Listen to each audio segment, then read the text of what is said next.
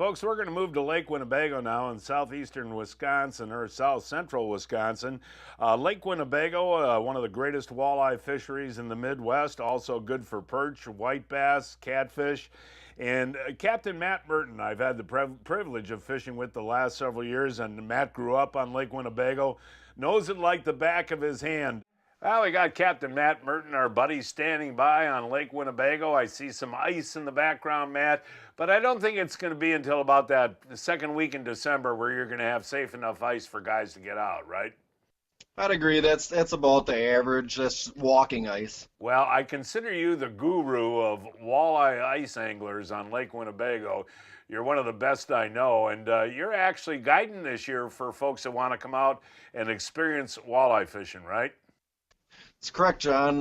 What I'm specializing in is taking small groups and just staying with my group, and we run and gun, and we keep on the school of fish. Well, one thing that fascinates me about ice fishing with you is how you stay on fish, and it does require a lot of research and moving, doesn't it? Yeah, you can't be lazy and just sit and watch the flasher. We drill and drill and drill and drill. We go through a tank of fuel, in a day easily, just drilling and searching.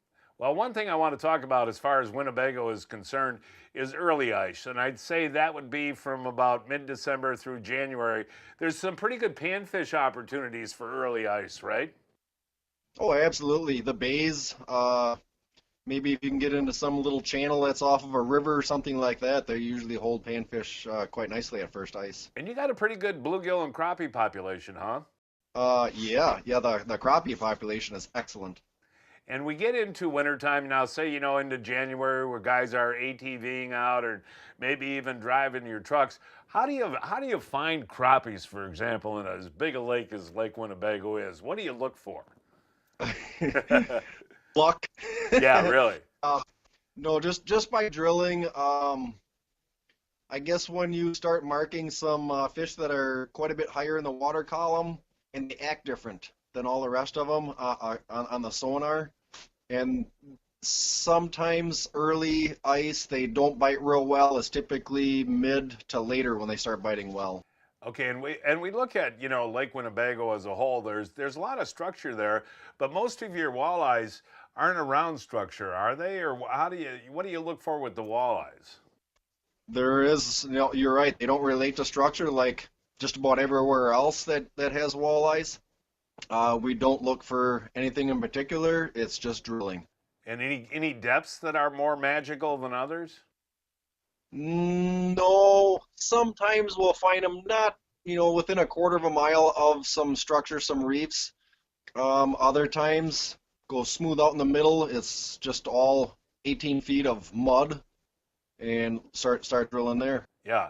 And I always say to a guy, I always say hire a guide to go out there so you can learn the lake, learn what guys are using, and figure out something, learn some stuff from the guide itself. But somebody asked me, hey, how do I go out ice fish Lake Winnebago and I don't want to hire a guide?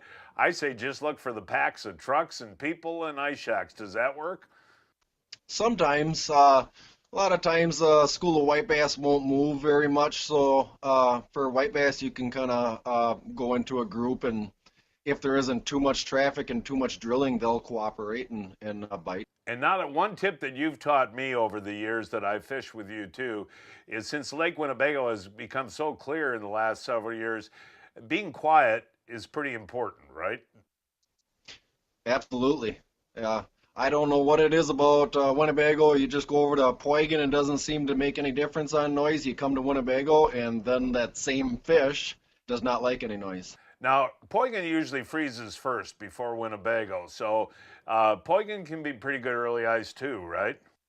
Yep, that's probably where I'm going to start. And that is for walleyes? Yeah.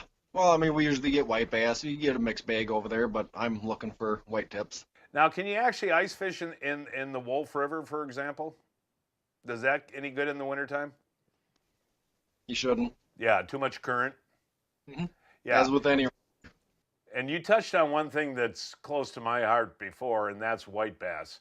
And you and I always talk to each other about how good they are to eat.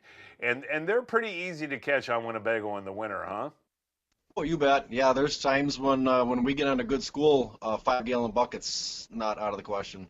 And there's no limit on them. And again, what I do is just keep that back strap, and they're delicious, aren't they? They're about one of the tastiest ones swimming out there, John. Well, again, Matt, do you have openings for guiding for the wintertime? Absolutely. And what's the size group you'll take? Um, 5 I'm real comfortable with, but we can make arrangements for more if there's a group. And you teach ice fishing really well, man. I've learned a lot from you over the years. Thanks, John. Well, thanks, Captain Matt. We'll talk to you soon, buddy. Sounds good.